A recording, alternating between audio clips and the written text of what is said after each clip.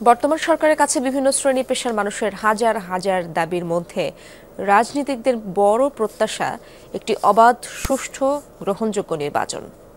আগের ৩টি নির্বাচনের তিক্ত অভিজ্ঞতা তাড়িয়ে বেড়াচ্ছে তাদের। বিএনপি, জামায়াত, সিপিবি সহ রাজনৈতিক দলের নেতারা প্রতিক্রিয়া ব্যক্ত করছেন সতর্কভাবে। বলছেন, নিরপেক্ষতা বজায় রেখে সুষ্ঠু ভোট আয়োজন বড় চ্যালেঞ্জ। প্রভাবমুক্ত থেকে কাজ করলে ইসি সেই চ্যালেঞ্জ উতরে যাবে, এমনটাই ভাবেন তারা। স্যান্ডেলিনা সো, রূপচর্চায় আভিজাত্য। একবার বিনা প্রতিদ্বন্দ্বিতা, একবার দিন শুরুর আগে রাতে ভোট, আরেকবার ডামি প্রার্থীর অভিযোগে প্রশ্নবিদ্ধ হয় 2014, 18 ও 24 সালের সংসদ নির্বাচন। দলগুলো বারবার নির্দলীয় সরকারের অধীনে ভোট আয়োজনের দাবি জানিয়ে আসলেও দেখেনি সফলতার মুখ।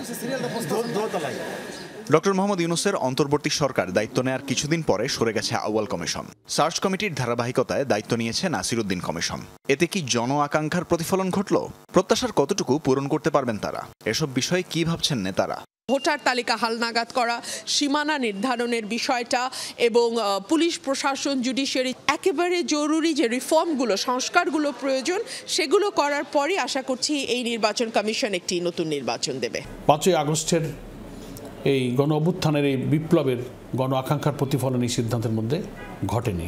বেটার হতো যদি অন্তত এই সংস্কার প্রস্তাবগুলো আসলে তার ভিত্তিতে রাজনৈতিক দলগুলো নির্বাচন কমিশন গঠনের প্রক্রিয়া সম্পর্কে কী প্রস্তাব দিচ্ছে এটা একটু বিবেচনায় নিয়ে দেন ওনারা একটা সার্চ কমিশন গঠন করতে পারতেন। বিএনপি জামাতের বাইরে অন্য দলগুলোতেও মিশ্র প্রতিক্রিয়া আছে। নিয়োগ প্রক্রিয়া মনোপুত হয়নি সবার। নির্বাচন প্রক্রিয়া সংশোধনেরও প্রত্যাশা আছে তাদের।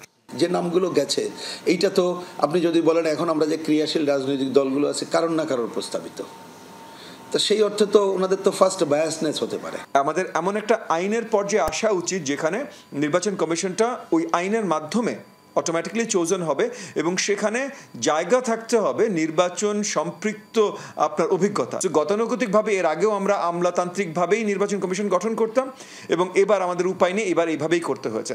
আমরা আশাবাদী যে এর মাধ্যমে যতখানি বেস্ট পাওয়া সম্ভব আমরা পাবো। ঢাকা বিশ্ববিদ্যালয়ের রাষ্ট্রবিজ্ঞান বিভাগের অধ্যাপক ডক্টর সাব্বির আহমেদ মনে করেন, কমিশনে একজনও নির্বাচন বিশেষজ্ঞ নেই। তিনি জোর দিচ্ছেন আগের ভুল থেকে শিক্ষা নিয়ে রাজনৈতিক দলের আকাঙ্ক্ষা বোঝার উপর। নির্বাচনকে শুধু একটা আমলাতান্ত্রিক কাজের মধ্যে পড়ে, এটা কিন্তু কোনো আমলাতান্ত্রিক রেসপন্সিবিলিটি। একজন নির্বাচন এক্সপার্ট রাখাটা খুব প্রয়োজন ছিল। আমাদের দীর্ঘ প্র্যাকটিসটাই হচ্ছে মানে আমলাদের উপর নির্ভরশীলতা। হ্যাঁ, এবং এই আমলা নির্ভরশীল হয়ে কি আমরা বেটার কিছু করতে পারছি? কিছু করতে পারিনি। রাজনৈতিক দলের আকাঙ্ক্ষাটাকে বোঝা খুব গুরুত্বপূর্ণ, তখন তার জন্য রোডম্যাপ করাটা সহজ হবে। জাতীয় ও স্থানীয় পর্যায়ে নির্বাচন পর্যবেক্ষণ সংস্থা, মানবাধিকার ও সমাজ উন্নয়ন সংস্থার চেয়ারম্যানের মতে, সুষ্ঠু নির্বাচন নিশ্চিতে পদ্ধতি সংস্কার হবে কমিশনের চ্যালেঞ্জ।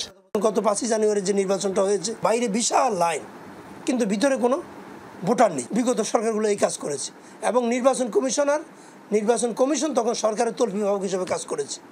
এই জন্য সরকারের তলবিভাগ হিসেবে কাজ না করে যাতে সক্রিয়ভাবে আলাদা নির্বাচন কমিশন সরকারের প্রভাবমুক্তভাবে কাজ করতে পারে, সেটাও একটা নির্বাচন কমিশনের বড় চ্যালেঞ্জ। কমিশন গঠনের পর দলগুলোর এখন অপেক্ষা কবে ঠিক হবে নির্বাচনের দিনক্ষণ। তানভীর মৌসুম, যমুনা নিউজ, ঢাকা।